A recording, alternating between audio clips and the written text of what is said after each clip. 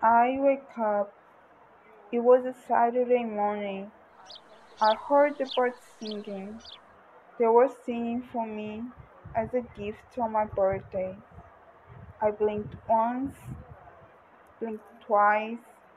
Then I realized I was trapped in my own house. No one was coming and I couldn't leave. The birds were singing, singing freely in the morning. I was awake, but thought I could be dreaming, wondering when I could be as free as the birds singing to me, wondering when I'd be able to leave.